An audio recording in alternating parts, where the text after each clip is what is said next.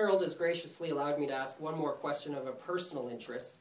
Harold, as a business owner with 35 employees, I strive to do my absolute best to lead, and while I'm leading, serve the people. And I find there's a real struggle sometimes with people thinking that I'm acting on one accord, or I'm just dictating how I want to function within a company.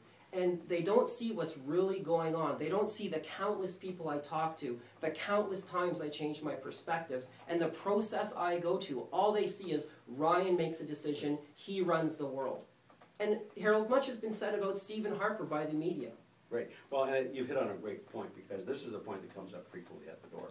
People perceive Stephen Harper to be a very a domineering sort of person. I've had the honor of working with him now for the past 5.5 years, and particularly in the last 2.5 years, I've worked in the position of Deputy Government Whip. So I have more frequent small group meetings with the Prime Minister. Every Wednesday morning, we meet as a caucus for 2.5 hours, and every caucus member has the freedom to stand up at the mic, and believe me, they do. We stand up at the mic, we give our positions, we share our view on a particular issue. And our Prime Minister listens. He spends 90% of the time in that caucus meeting listening. Have you seen him change a perspective? I have seen the Prime Minister change his perspective probably 179, 180 degrees, coming into a particular caucus meeting with a particular focus on an issue.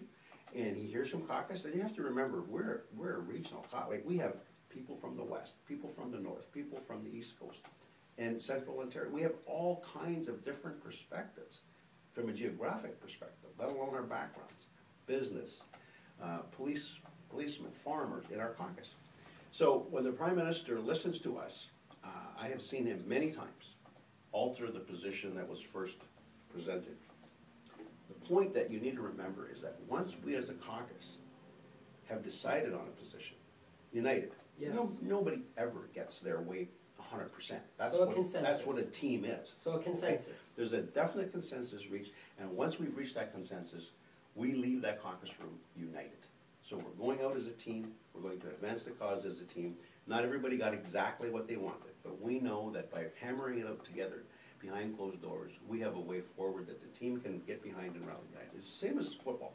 You know, if you're not going to go into that after that huddle and run the play that the coach or the quarterback called, you don't have much chance of moving the ball down the field. Mm-hmm. And so one of the criticisms that we receive from our opponents, I think the reason we receive it is because they're jealous that we're making such great progress, but we've operated as a team, and we will continue to. It is not the whole idea of a domineering, top-down control freak is so out of touch with reality. It's really difficult for me to try to share that with people, because the media is so saturated with this perception.